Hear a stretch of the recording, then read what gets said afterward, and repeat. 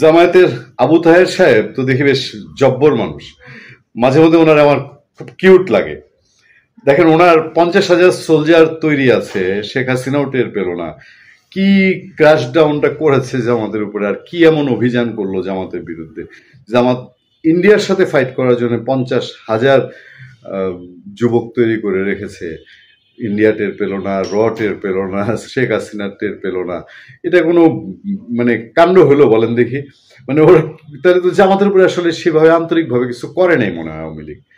এবং ইন্ডিয়ার সাথে এখন ওই যে দেখেন না সোশ্যাল মিডিয়া কাঁপিয়ে তুলছে কেউ কেউ, যে ইন্ডিয়া এদিক দিয়ে 62, ওদিক দিয়ে 52, এসব নাকি লালমনির হাট দখল ফকল করে ফেলছে। তখন আমাদের বেশ সাহস লাগার কথা তো, যে আমাদের তো অলরেডি 50,000 না 50 লাখ, সরি 50 লাখ তৈরি আছে ইন্ডিয়ার সাথে ফাইট করার জন্য। কই যায়, 4 ঘন্টায় ইন্ডিয়া দখল হয়ে যাবে। তো জামাতের আবু তাহের সাহেব যখন এইগুলো বলেন, পরে অবশ্য ক্যামেরার আড়ালে চুপি চুপি আবার রিপোর্টারকে দেখে বলছেন যে কেমন দিলাম ইন্ডিয়াকে, মানে যেটা ক্যামেরার সামনে বলছেন এইটা আসলে কতটা জবরদস্ত। আজকে এরকম একটা কিছু করেছেন আমি জানি না, এটাও কি একটু আগে তো ইন্ডিয়াকে দেখাতে চেয়েছেন, এটা কি আবার বিএনপি কে দেখানোর জন্য কিনা। তো ওই জন্য বললাম ওনাকে বেশ কিউট ব্যাপার স্যাপার ওনার মধ্যে একটা আছে, কিউটি, দেখতেও ছোটখাটো মানুষ।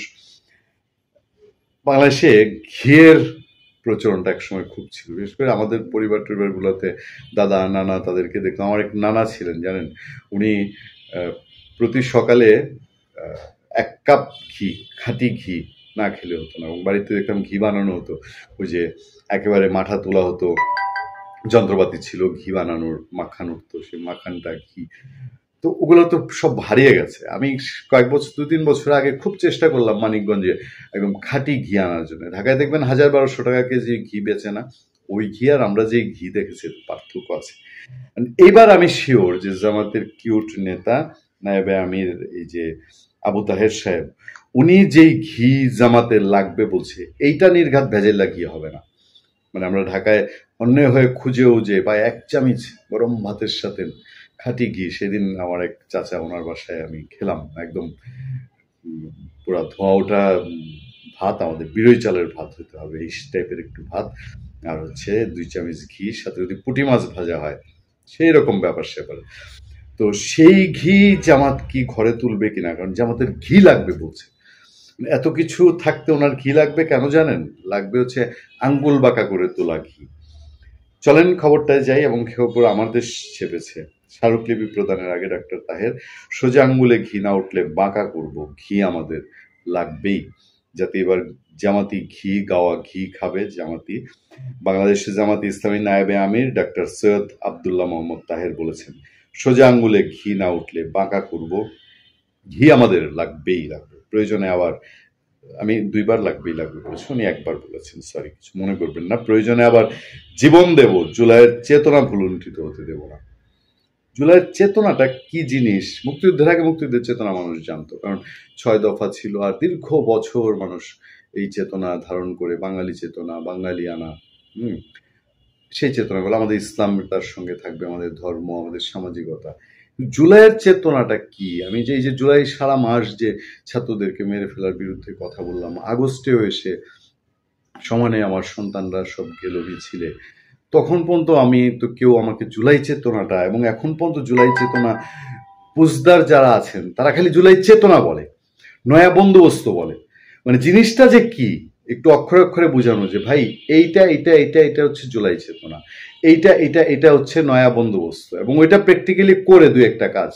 যে এই যে আমি জুলাই চেতনা নিয়ে, দেখেন মাহফুজ সাহেব বলবে, নাহিদ সাহেব, নাহিদ ইসলাম, আসিফ মাহমুদ, সজীব ভুইয়া, সার্জিস, হাসনাত, ওরা বলবে যে এই যে আমি এই কাজটা করেছি, এই কাজটা হলো আমার জুলাইয়ের চেতনা।